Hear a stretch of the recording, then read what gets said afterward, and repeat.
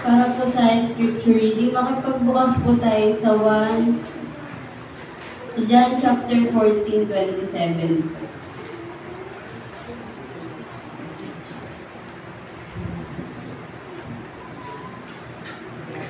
Kapayapaan ang iniwan ko sa inyo.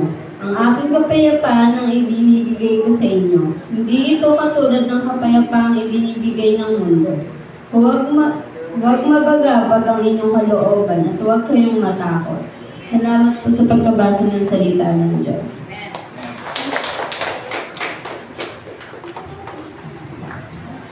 Ngayon po ihanda natin ang ating puso't isipan, ngayon na din pang ating spiritual healing sa pakikinig po ng salita ng Diyos na ibabahagi po sa atin ni Pastor Demo Tornado.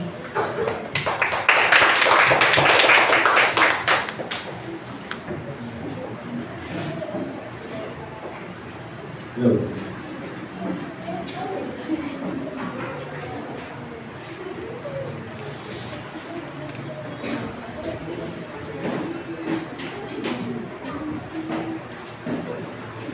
Amen po at magandang umaga sa bawat isa po at advance Merry Christmas kasi bukas na naman po tayo magkakasama ngayon lang po eh.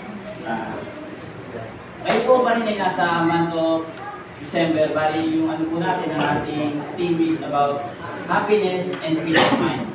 So bago tayo magsimula magbukas muna, may bukas po tayo sa Job chapter 5 verse 17 to 18. Alam ko na i-share ko na rin po ito. Job 5:17 to 18. Babasahin ko na rin po para sa inyo. Sabi po doon, behold, blessed is the one whom good reproves. Blessed, in other terms po, ano siya, happy. Therefore, despise not the discipline for all the mighty. For he wounds, but he binds up, shatters, but his hand is healed. Sabi, sino po daw yung masayang tao? Sino po daw? Yung dinidisiplina ng Diyos. Kaya kung meron kang pinagdadaanan niyo, dapat maging masaya ka. Pero huwag naman yung sasadyain niyo po. Tapos tumawid po tayo sa Hebrew 12:11 po. Na-share ko po ito ng overnight. May lifeline verse din po.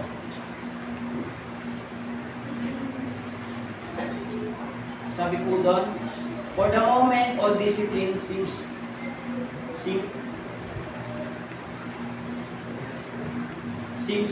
painful. Rinig niyo po ba ako yan? Kahit walang mic. Rinig niyo na po ako kahit walang mic. For the moment, all discipline seems painful rather than pleasant. But later it yields the peaceful fruit of righteousness to those who being trained by it. Sa Tagalog po na salin, ang kapayapaan ay bunga ng tuwid na pamumuhay. Sino po ba yung source ng ating kapayapaan? Punta uli po tayo sa Ephesians 2:14.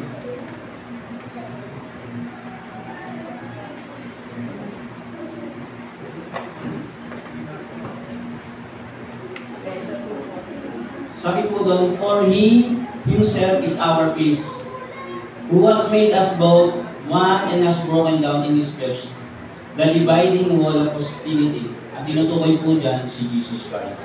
Then Jesus Christ said, sabi niya, sa John 14:27,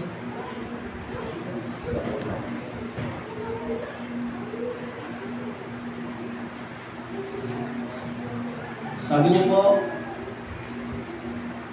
peace I leave with you, my peace I give to you. Not as the world gives, do I give to you. Let not your hearts be troubled, neither let them be afraid. Sabi niya nga po doon sa Matthew 28:20, kasama niyo ako hanggang sa matapos ang panahong ito, ang mundong ito, at kasama niyo ako. So dapat, bilang isang Kristiyano, laging nasa atin yung kapayapaan. Babasa ko po yung intro ko na. Ang title po nito is, Make Peace with Yourself. If Jesus Christ in you. Sabi po dito, sa nabasa ko po, you can never have peace with God unless you are at peace with yourself. And you can never have peace with other people unless you have peace with yourself. Tama po ba yan?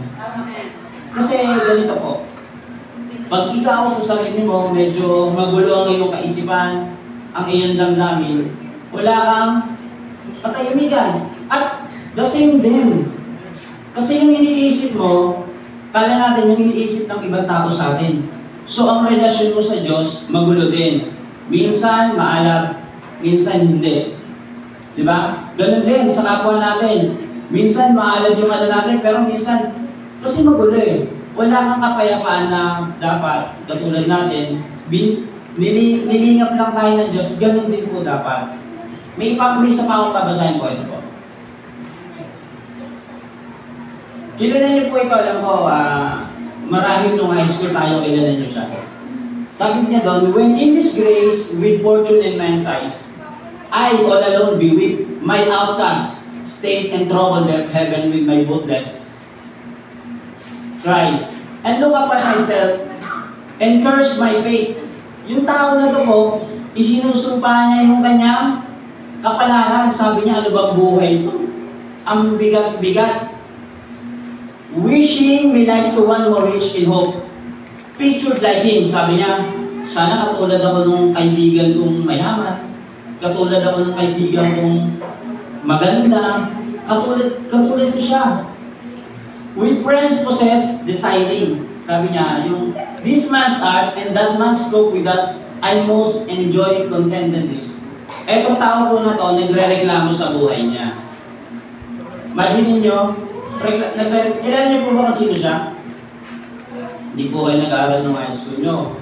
Dahil hindi na po. Si William Shakespeare yan. Ang nagsulat po niyan. Siya ay toss of the town. Hindi po talk of the town ha. Talk of the town yung ang toss of the town, ibig sabihin nun, sineselebrate ka ng kababayan mo dahil sa mga nagawa mo. Imagine mo, napaka-successful niyang tao. Pero wala pala siyang kapayapaan. Kasi nung bakit? Kinukumpara niya pa rin yung sarili niya sa iba. Sana katulad ako niya. Pero matagumpay na po siya, di ba? So, wala siyang peace sa kanyang sarili. So imagine niyo yung kapalaran niya, ano ba naman to? Mag-isa lang ako. Minsan po ganun tayo, di ba? Baka, yung mga nandiyan sa bintana, mamimintana. Di ba, pag nasa bahay ko, mamimintana ka. Tama po, di ba? Pag mamimintana ka sa bahay mo, parang naiisip mo yung mga problema, tapos hihigop ka ng kamay. Pero lang pa, ayun po, yung ganun po yung mga na. Katulad din po tayo ni William Shakespeare, dumaranas po ng mga iba't ibang uri ng ano sa kaisipan. Yung relasyon natin sa kapwa natin mananampalataya. Ang Panginoon sa Kristo siya yung greatest gift po. Kasi siya yung magbibigay ng hindi temporary peace. Kasi siya yung ano sa isip at sa damdamin mo na wag ka mag-alala, pansamantala lang naman natin. So, be peace in yourself or make peace with yourself. Bakit po ba hindi tayo nagkakaroon ng kapayapaan sa ating sarili? Siyempre po, isang factor na po yan, sabi naman po sa Bible. Tandaan niyo po, marami, I think na-share ko na rin po ito na yung Neuralink, yung sa isip na i-implant. So, pag nalagay na sa isip ng tao yun, medyo hindi porke nade-develop ang bansa, ang mundo, gumaganda po ang takbo ng mundo. Kasi sabi po sa Colossians 5:9, sabi niya, sa Ephesians, sabi niya, ang mundo ay pasama, hindi pabuti ang mundo. Sabi, making most the use of time, di ba? Because the days are evil. So maraming na-invent ng pagagandang bagay, pero masama po siya talaga at wala makakapigil doon. So sabi ng Panginoon, huwag mapanatag ka, ako bahala. So sa ating mga Kristiyano po, kahit hindi Kristiyano, bakit po tayo hindi payapa sa ating sarili?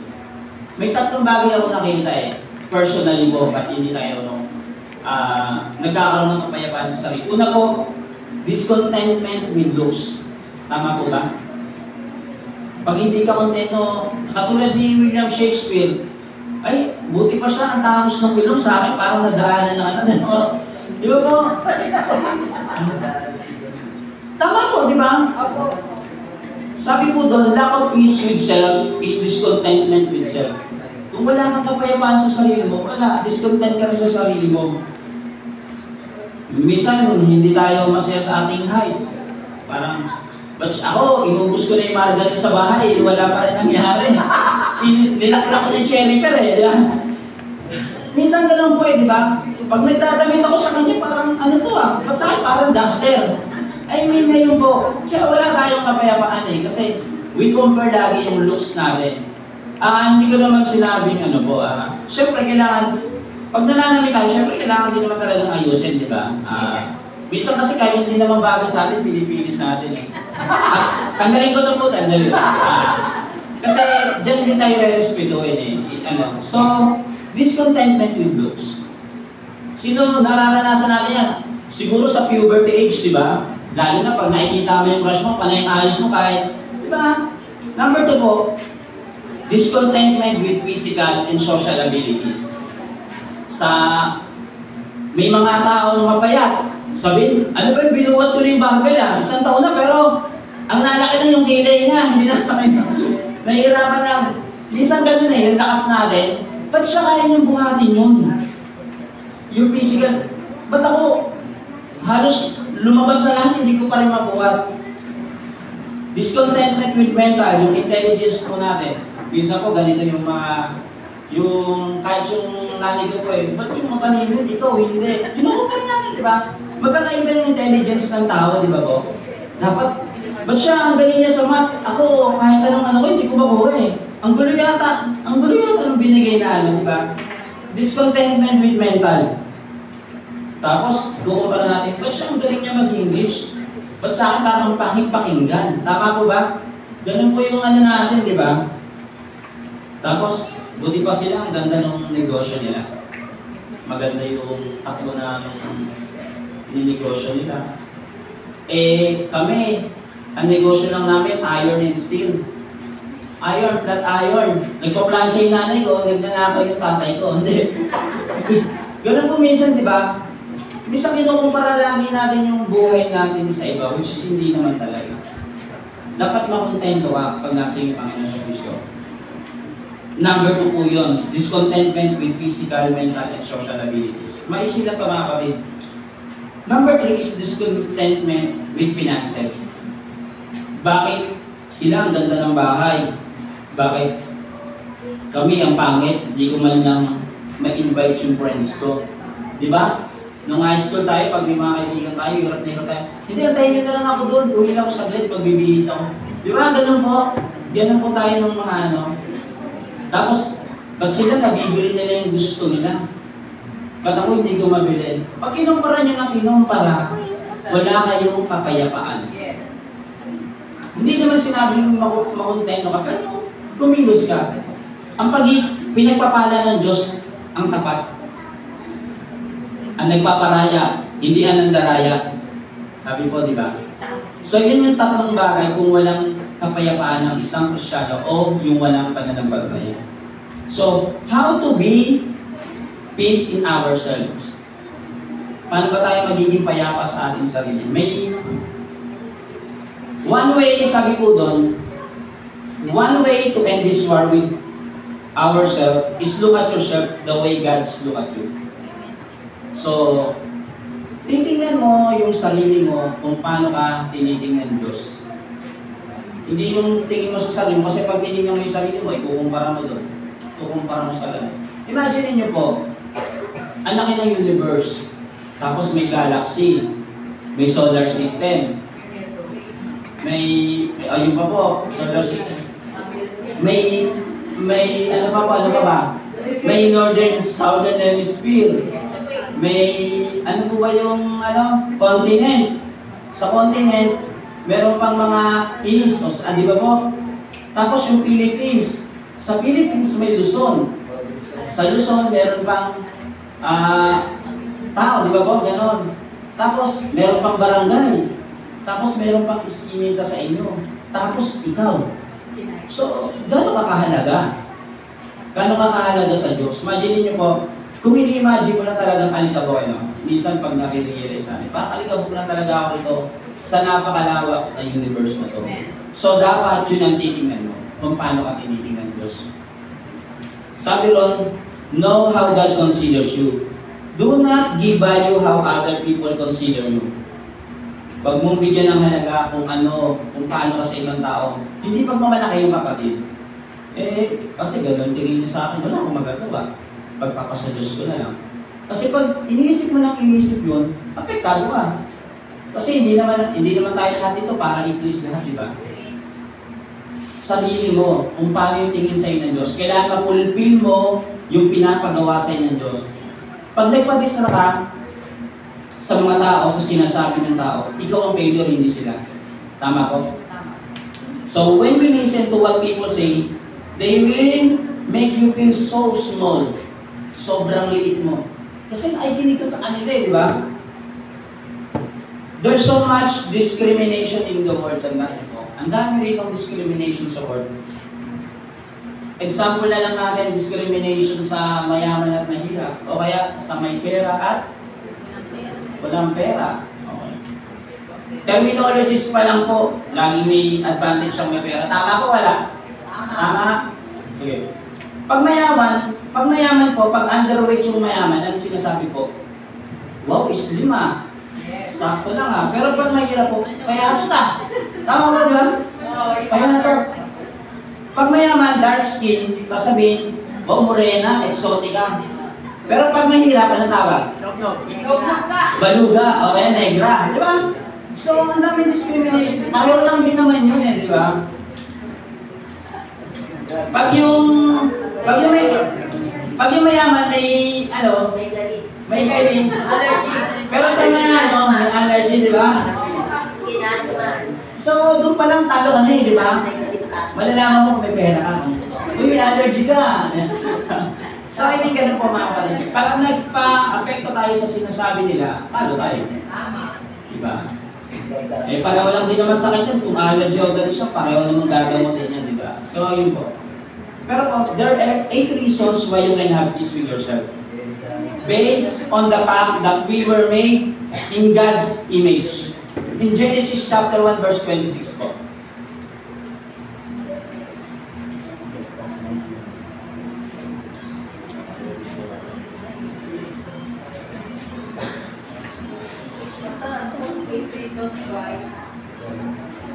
Eight reasons why you can have peace with yourself.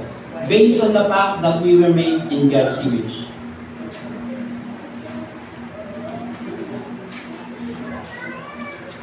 Sabi po doon, then God said, let us make a man in our image, after our likeness, and let them have dominion over the fish of the sea, and over the birds of the heavens, and over the livestock, and over all the earth, and over every creeping thing that creeps on earth.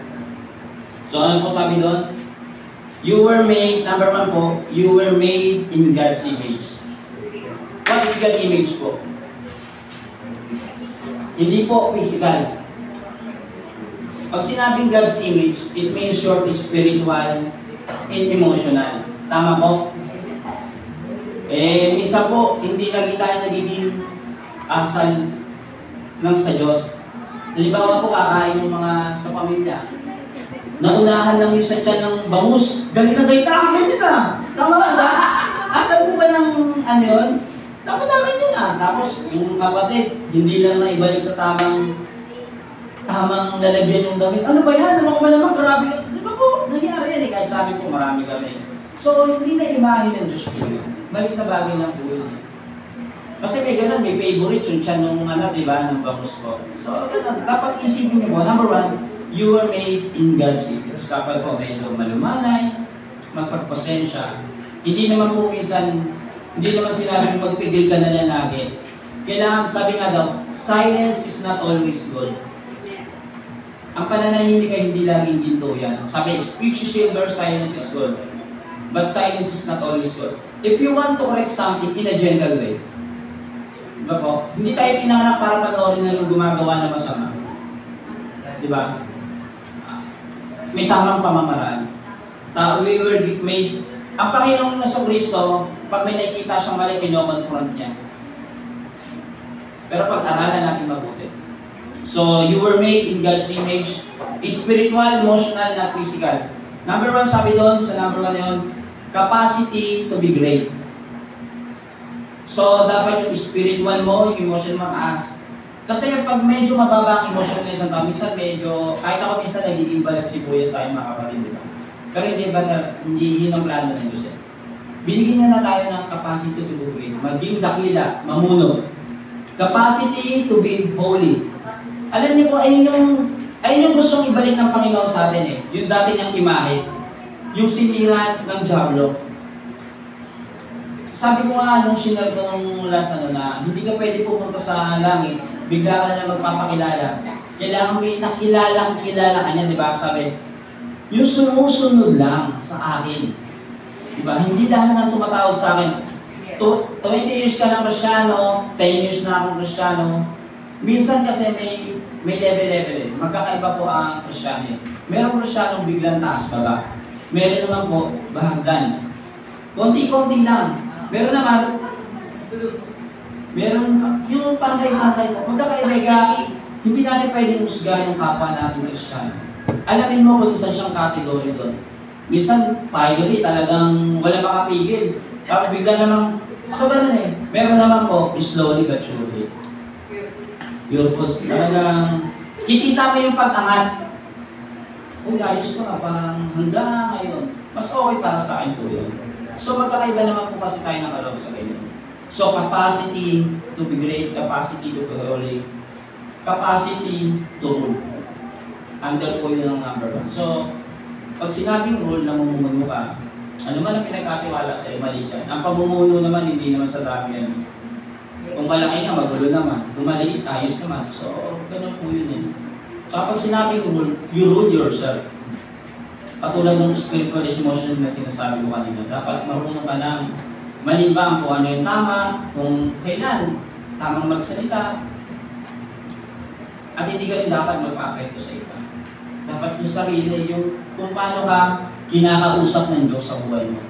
Kung kilala mo yung Diyos, alam mo yung gagawin mo. Impossible. At hindi ka na kailangan turuan magbasa ng Bible manalangin.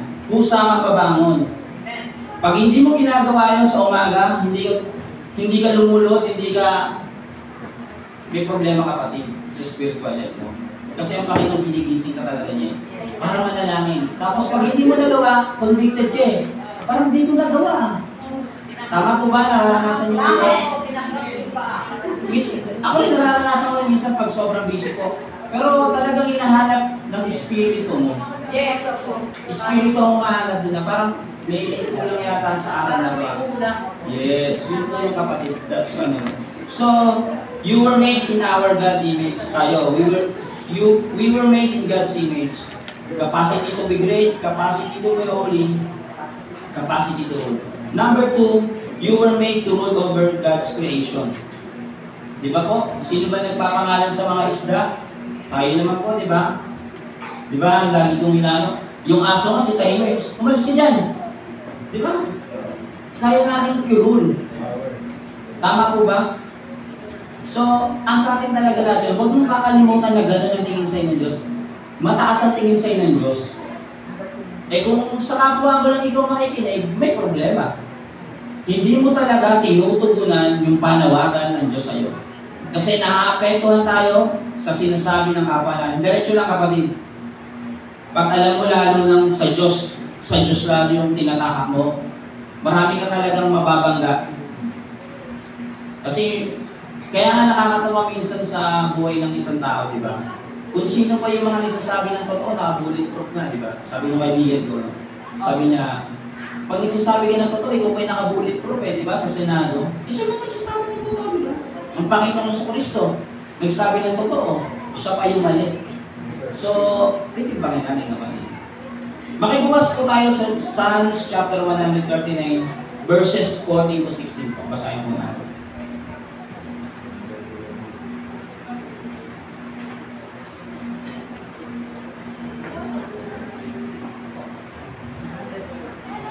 Psalms 139, verses 139, verses 14 to 16.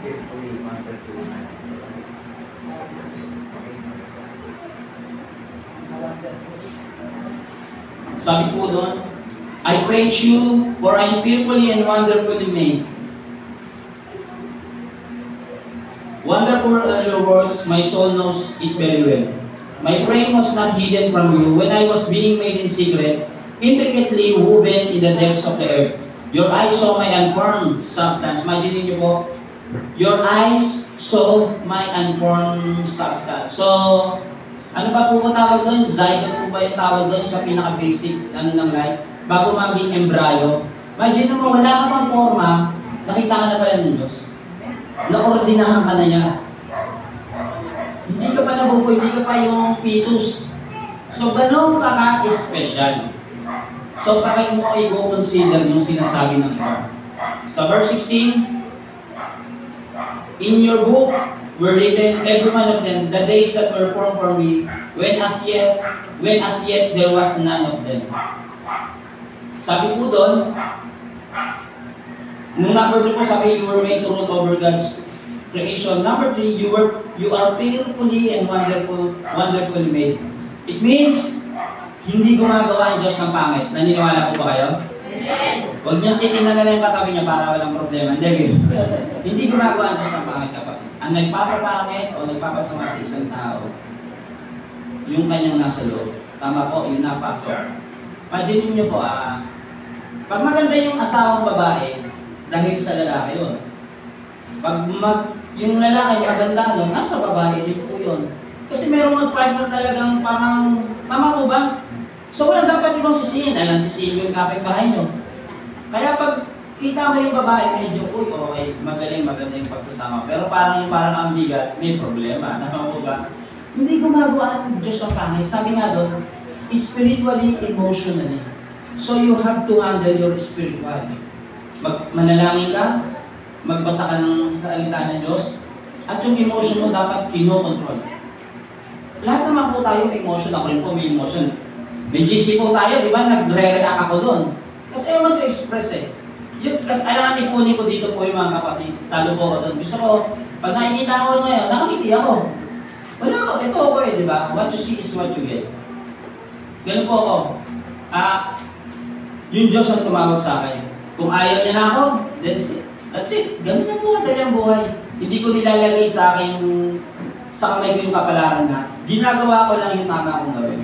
So, hindi gumagawa ang Diyos ng pangit. Kaya dapat mga kapatid, yung spiritual natin, kung gusto natin gumanda talaga, ay pagyamanin natin ako. Mas bigyan natin ng panahon niya. Huwag naman yung ang gulo-gulo na ng buhok mo paglabas mo. Yun po, you are fearfully and wonderfully made. Number 4, you are known intimately by God. Sabi nga, dun sa verse 16, your eyes saw my unformed bodies. So, pati nga daw yung bilang ng buhok, di ba? Bilang na bilang niya. So, kilala ka niya. Gumawa ka lang, umakto ka lang kung ano yung panawagan sa'yo. Doon ka magkakaroon ng kapayapaan. Kasi pag lumilihis ka sa plano ng Diyos sa buhay mo, walang kapayapaan niya kapatid, maniwala ka. Lalo na nangako ka sa Diyos na sabi mo, siguro hindi ko na testimony to, yung 2019 po nung talagang sabi ko, kakat ko na itong corporate na buhay ko, hindi na ako nangungumpanya. Kasi po yung anak ko si Maya na po yan na-hospital. Sepsis ko, di ba? Yung sepsis, yung highest form of an infection. Lahat ng batang nagkakaroon ng ganung buwan, patay talaga po, mataas yung rate. So sabi ko kay Lord, 2019 January, alam ko di pa sabi ko si Vice, alam mo yun, di ba? Lahat ng naipon ko noon binenta ko po. Sabi ko, Lord, mabuhay lang po ito bibigay ko. Alam ni Lord po yun. Himala po yung sabi ko. Ayun po, medyo windy, sabi ko. Kaya ako naisip ko, sabi ko, pag dumarating kasi yung unos ng buhay, parang nakapaisip kayo, parang may mas kaya pa ako eh. So sabi ko, pipiliin kita, Lord. Ayun po, hanggang nagpatuloy, nagkaroon ng schooling. Ano lang po ako noon? Tapos naglalakad pa kami sa laro pa kami nakakaroon. Sabi ko kasi, Lord, bibigay ko talaga yung yung seriousness ko. Salamat. Si Sister Rose Bagay na, ay hindi ko worship. Bilang What I mean mga kapatid, pag sinabi mo kay Lord, totohanin mo. Amen. Hindi nakikipaglaro ng Diyos. Tama. Lord, ayoko ngayon kasi ano ko sa kanya. Hindi gano'n. Hindi gano'n ang spiritually mature and emotionally mature. Diretso lang kapatid. Kasi ang magpapala sa iyo, hindi yung papa mo. Yung Diyos na pinaglilingkuran mo. Ayan po si Maya, masigla, napapalo ko. Makulit po eh. I mean, na, ano po sa, sinalinan nga po ng dugo. Yun po yung pinigay ko sa, yan nga sabi ni Pastor Benji na nag-Bible study kami. Minsan daw yung pinagpapasaro, yung pinaglilingkod sa Diyos, yung pinakamahina raw eh. Dapat ang ibigay mo, yung pinakamatalino sa pamilya. Alam, okay na to kasi medyo say na to. Eh, yung dati ang binibigay first fruit, di ba? So, ang ibibigay dapat sa pamilya, yung pinakamatalino. Ganun po dapat. Kaya sabi ko, Lord, kung may tatawagin ka, siya na. Pero hindi pastora po, di ba? Naglilingkod lang. So, ganun po. Ang pangako kasi ng Diyos hindi lang dito sa mundo ko. Ang inaasa natin mga kapatid sa kabilang mundo talaga. So, ayusin natin yung ating spiritual and emotional. Hindi po pastor ako perfect ako sa ganun. Marami rin po akong sunlight. Kahit titingnan niyo po ako. Pinipilit ko lang maging maayos kasi para sa Panginoon sa Kristo. Tama po ba? May emotional tao din po ako. Hindi ako tao lang, tao din po ako. Hindi po. Pastor, kayo po lang sabi niya. So, number po, 4, you are not intimately by God. So, kilala ka niya. Ano yung ginagawa mo, mga kapatid? Number 5, your days or life on earth are already ordained and designed by God even before you were born. Bago ka pinanganak, inordinahan ka na. Believe it or not, Bible says, sabi, hindi ibig sabihin na robot tayo ng script. Ang buhay na gagawin natin yun dahil utos ng Diyos, kundi may magandang plano ng Diyos. Sabi doon, huwag mo sundin yun dahil commandment ng Diyos yun. Ang sabi doon, sundin mo yun kasi may magandang plano sa iyo yung Diyos. Tama po ba? So, ganun po yun. Sinusunod natin ng Diyos kasi yung plano sa atin. Kasi piling natin, di ba, may mga pilosopo na may script yung buhay. Sabi, parang robot naman tayo. Hindi ganun kapatid. Walang script ang buhay. Gawin mo yung gusto mo basta nasa plano ng Diyos. Kasi kung hindi mo gagawin yun sa Diyos, wala ka makakamtan. Maraming Kristiyano 20 years na ang gulo. Ang gulo ng buhay. Bakit? Sa tingin niyo po. Hindi talaga seryoso sila. Hindi porket may tinatangkili ka ngayon, okay na. Minsan wala eh. Tama po ba? So ganun. Gusto ng Diyos talaga magkaroon ka pa ng kapayapaan. Minsan mag-work ka ngayon, piling mo bukas wala. Wala kang kapayapaan. Diba? So ang tunay ng Kristyano dapat may kapayapaan ka. Bagyo man yan o maganda. So your days or life on earth are already ordained and designed by God even before you were born. Number 6, you should be happy with yourself because God cares for you. God cares for you. God remembers you. Alam niyo po, pag iniyakan mo yung Diyos, maaalala niya. Alam niyo po, yung Israel, ang tamang bigas o, hindi po Israel, ang tamang bigas po yan. Konting motivation na po. Yung Israel po, nung umiiyak sila, di ba? Sabi ng Diyos, I remember my covenant to them. Ang Diyos, pag umiiyak ka sa Kanya, malalaman niya yung covenant. Maaalala niya yung covenant. Hindi nakakalimot ang Diyos. Minsan hindi niya naalala dahil sa katigasan ng ulo mo. Ulo ko, ulo natin lahat. So kung isasama mo yung Diyos sa buhay mo, at mananalangin ka, magbabasa ka ng Bible, isa sa pamuhay mo, maaalala niya yung covenant niya sa'yo. Because God cares for you. Imagine niyo, doon pa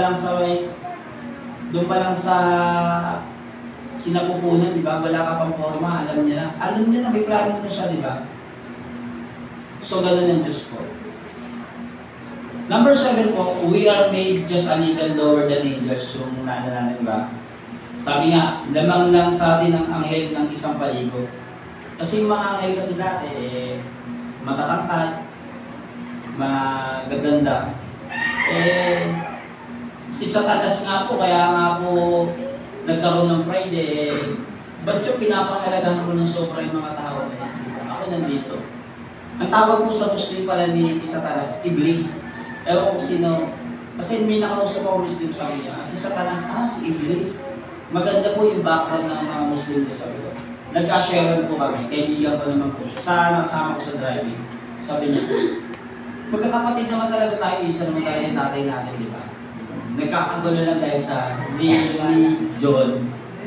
religion naman. So, kapatid, mas mahalaga ka pa dun sa mga anghel. Siya tigabantay lang po, di ba tayo? To rule yung binigay ng mga ano ng Diyos. Number 8 po ito, God has crowned you with glory and honor. Dapat yung kaluwalhatian ng Diyos nasa iyo. Katulad nung nasabi ko kanina, nakain ng yung bangus, galit na galit ka na eh. Nauna ka na sa tiyan ng bangus eh. Paborito ko yun eh. Di ba? Marami. Lalo na po ngayong Christmas. Naano ko nga po yung kaibigan ko eh. Ewan ko kung totoo yung post niya, sabi niya, ang regalo niya, AirPods. Nakuha niya wall clock. Ang sama ng loob, sabi ko, not to be thankful, di ba? Sama nga rin naman sa loob nun. Headset na maganda yung binigay mo, binigay sa'yo wall clock. Nakakatawa. Nakakatawa pero hindi nakakatawa. Pero, kailangan magpasalamat tayo kung ano matanggap natin eh. Ako hindi ako natanggap ng pangit. Hindi, biro po. Kahit ano po, nagpapasalamat. Kasi galing sa'yo, naalala mo ko eh. Tama po ba? Dapat ang nakikita sa'yo, kaluwalhatian. Ikaw nga, kahit anong i-offer mo, pupunta ka kay Lord pag basag na basag ka na, di ba?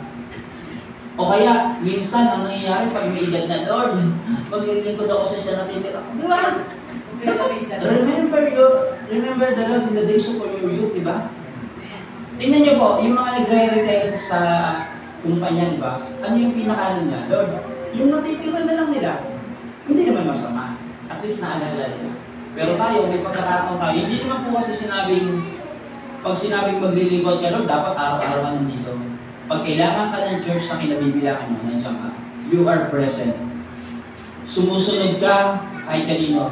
Basta leader, kahit bata sa yung leader ako, kahit sino leader ko, susunod ako dyan. Kasi yung gusto ng Diyos, sabi, hindi ang pandaraya, ang pagpaparaya ang pinagpapalan.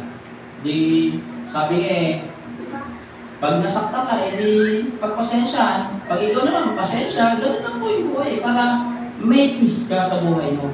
Kasi kung wala kang pagpapasensya at di ka marunong magpasensya, wala kang kapayapaan kapatid. Sayang yung buhay. Maiksi lang po yung buhay dito. So yun po yung 8 reason na dapat mong tingnan.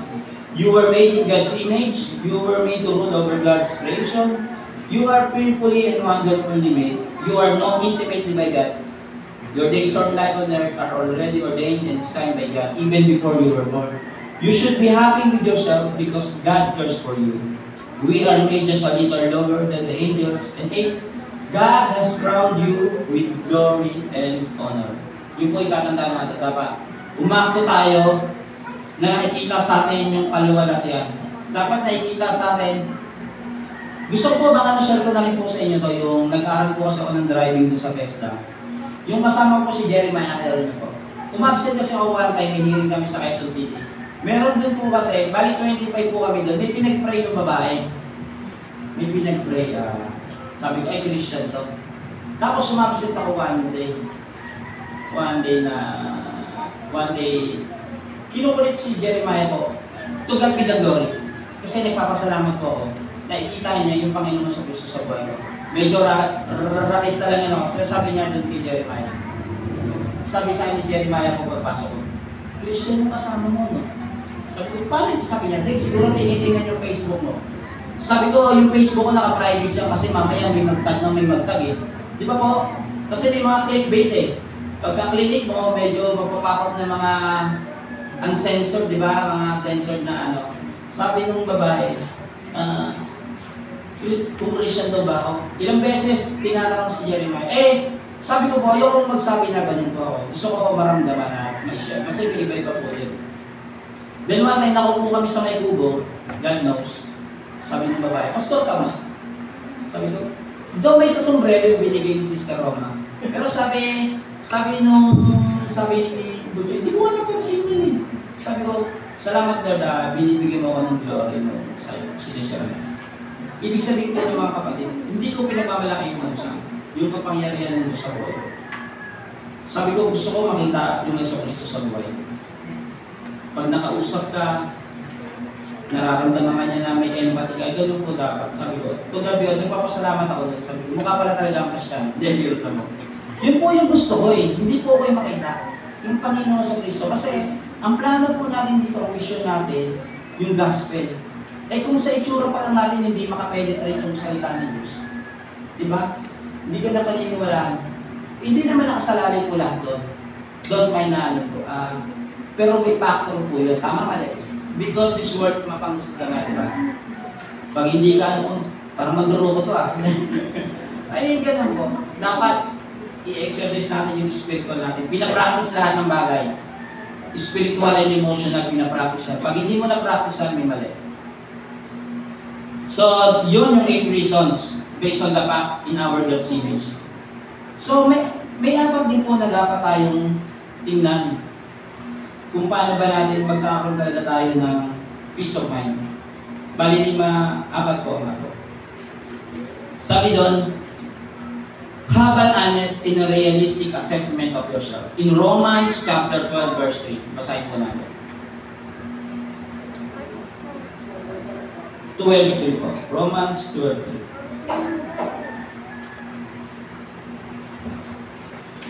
Sabi po doon, for by the grace given to me, I say to everyone among you, not to think of himself more highly than he ought to think, but to think with sober judgment, each according to the measure of faith that God has assigned you. So, tingnan mo yung sarili mong mabuti, i-assess mo, sino ka ba talaga, ano ba talaga yung kaya mo. Ano ba yung ginagawa mo ngayon?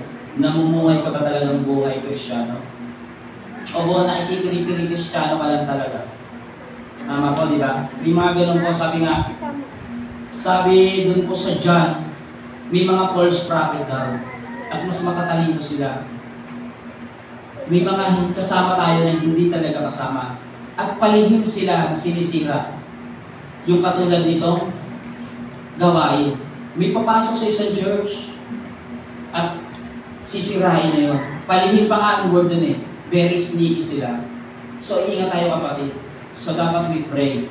Kahit sila, yung mga apostol dati po. Kasi ang Diablo may ministry sila, may communion din sila, kumpleto po sila. So baka mali ka na nasasama. Sabi nga, lagi po diba, bad company corrupts good character. So mali mo, may pinapasok. Tapos para sirain lang yung kaisipin mo. Totoo ba man yun dyan?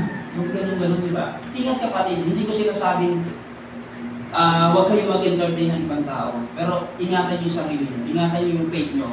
Kasi si Apostle Pablo may nakadamage ng faith niya. May makakadamage ng faith nyo. Yun ang iingatan nyo kapatid. Yung pananampalataya nyo. Ilalayo kayo sa Diyos. Sisirain yung isip mo. Ganun po yung nakalaban ng mga apostol. So, habang honest and realistic assessment of yourself, nagbibigay pa talaga ako ng panahon sa Diyos. So, religious din lang. Pupunta ako ng church, Sunday, magkakasa ako ng Bible, magpapray ako. Walang nagbago. Medyo dapat ito-reflex kapatid eh. Meron talaga mga konti. Kahit ako po, late bloomer din. Ang lalaki po, sa totoo lang, late bloomer. Hindi ko alam sa iba. Ang babae, mas madaling mag-mature sila. Di ba? Sa ano po? Pero may mga tao talagang mabagal talaga yun. Huwag natin humusgahan. Ang dala po dapat natin is kapayapaan sa kapwa natin. Alamin natin sa sarili natin kung namumuhay pa tayo buhay Kristiyano. Minsan po, na-entertain ka lang eh. Di ba po? Lagi niyo po naririnig yan. Number 2 po, accept and learn to live with what you cannot change. Di ba? Medyo masakit sa ulo minsan eh. May gusto tayo minsan baguhin kaso ang hirap. Di ba sabi po doon sa God grant me the serenity to accept the things I cannot change. Encourage to change the things I can, and to know, and the wisdom to know the difference. Sabi niya, lagi pong ginagamit ni Jesus, sabi niya, bigyan mo ako ng kalakasan tanggapin yung mga bagay na hindi ko na mababago.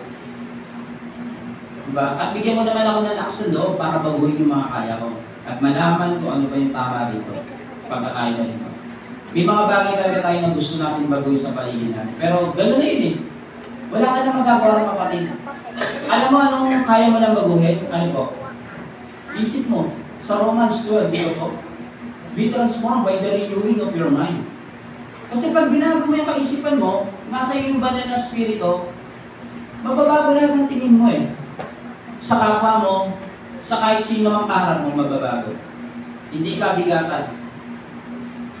Ano mangyayari po sa mundo ito? Masarap dito sa mundo, masarap sa obra po. Pero hindi pa ito yung pinakamasarap talaga. Na-share ko nga sa inyo kapatid, yung overnight natin, di ba? Kung teteleskopin yun lang talaga yung Panginoon sa Kristo, nandun siya sa kanan ng Diyos, may sugat siya sa ulo, naranasan niya. At mabigat nun, fully human siya and fully God. Imagine niyo, nagkaroon siya ng nature of fully human para sa atin, fully man, di ba po? Tapos tayo, mga simpleng bagay, hindi pa tayo magkakaunawaan kapatid. Lahat ng bagay na dadaan sa magandang usapan. So, accept and learn to live what you can change. Ayan na yan. Wala ka na magagawa dyan. I-appreciate mo na lang. Lalo na sa physical natin. Kung talagang medyo yung ilong mo, huwag mo na ipabanat yan.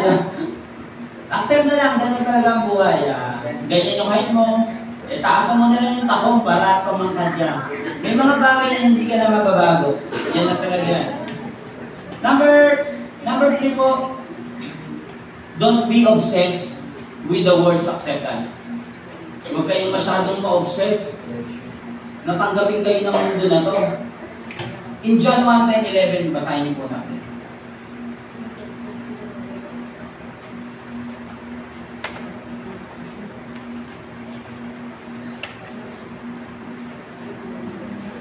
John chapter 1, verses 10 and 11. Sabi po, He was in the Word, and the Word was made through Him, yet the Word did not know Him. He came to His own, and His own people did not receive Him. Kahit ang Panginoong Jesucristo, na ginawa niya, hindi siya tinanggap. Lalo naman po tayo. Tama po ba? So, huwag kang masyado kung hindi ka tanggap ng mundo na to na minsan yung pananaw mo out of nila, o yung sinishare mo hindi nila matanggap. Ganun talaga. Wala ka na mababago. Do not bother yourself about stormy or fiery weather. Wind must sometimes whistle around. When people, ito po, pakinggan niyo po mabuti. When people live together, pag ang mga tao ron nagsasama-sama, namumuhay magkakasama, some will smile, some will frown. May tatawa talaga sa'yo dyan, may sisimama talaga. Diba? Sabi nga po daw sino po daw ba mas masisiyan pag maganda yung isang tao? Yung tumitingin o yung may-ari ng magandang mukha? Sino mas nasisiyan? Yung tumitingin, di ba? Mas masaya siya. Kaso yung tumingin sa'yo, nalungkot. Yun ang problema niya na yun, kapatid niya.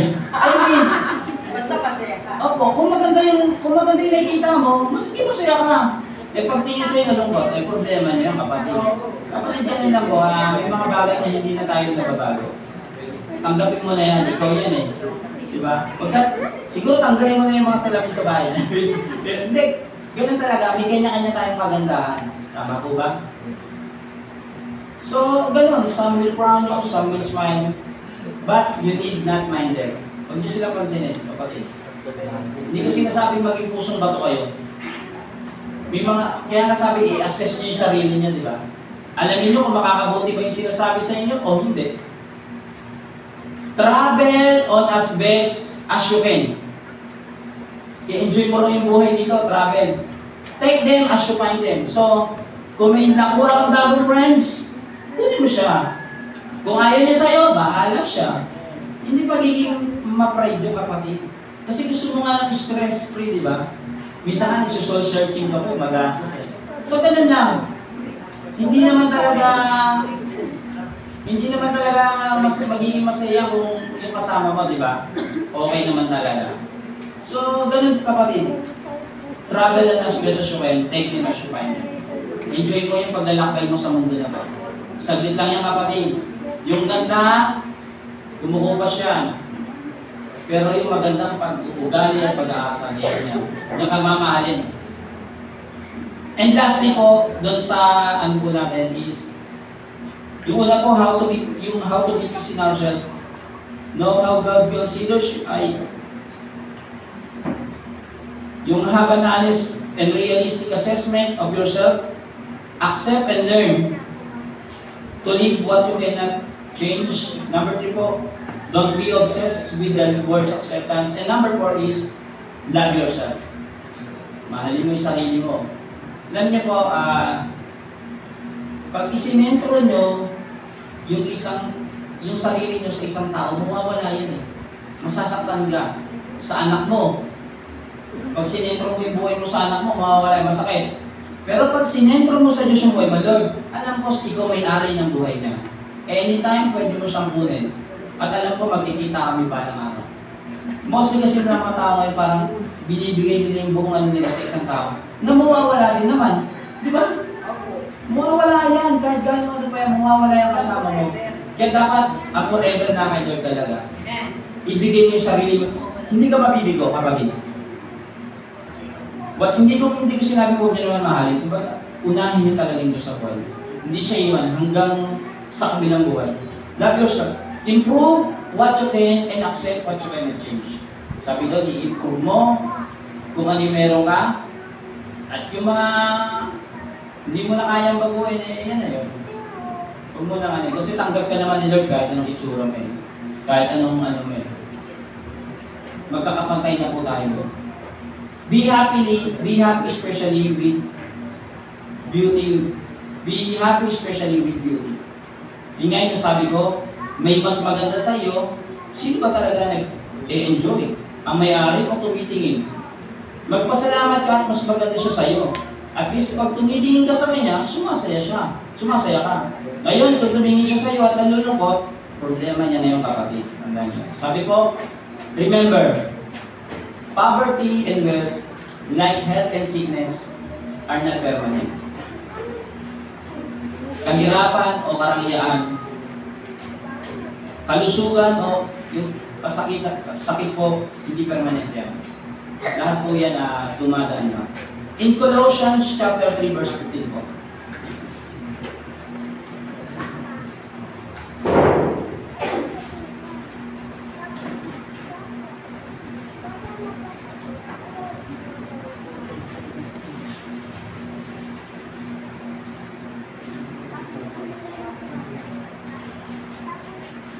Colossians 3:15 sabi po doon, and let the peace of Christ rule in your hearts, to which indeed you are called in one body, and be thankful. Ano dapat daw yung maghari o magano sa puso natin? Ang kapayapaan ng Hesus Kristo. So, kung ano man kapatid, yung matatanggap nyo ngayong Merry Christmas, dapat Merry kayo. Mapayapa kayo, huwag nyo susugurin yung ninang. Kapayapaan yung pinakamagandang dalawa po yung ano natin peace. Yung outer peace po, yung mga gera kung wala niya. Yung inner peace po pinakamaganda. Yung sa loob natin. And last verse sa Isaiah chapter 9 verse 6. Dito po tayo matatapos.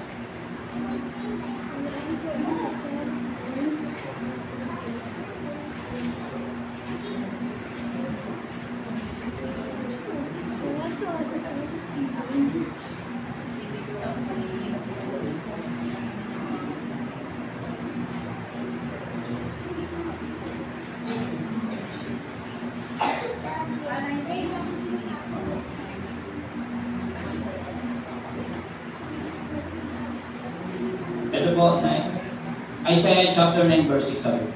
For to us a child is born, to us a son is given, and the government shall be upon his shoulder, and his name shall be called Wonderful, Counselor, Mighty God, Everlasting Father, and Prince of Peace. Yan po yung ating mensahe po ngayon. Ang ating Panginoon, siya yung pinakakapayapaan po natin. Lalong-lalo na po sa mga nanampalataya. At happy holidays po at ingat po tayo lahat. Maraming salamat po and God bless.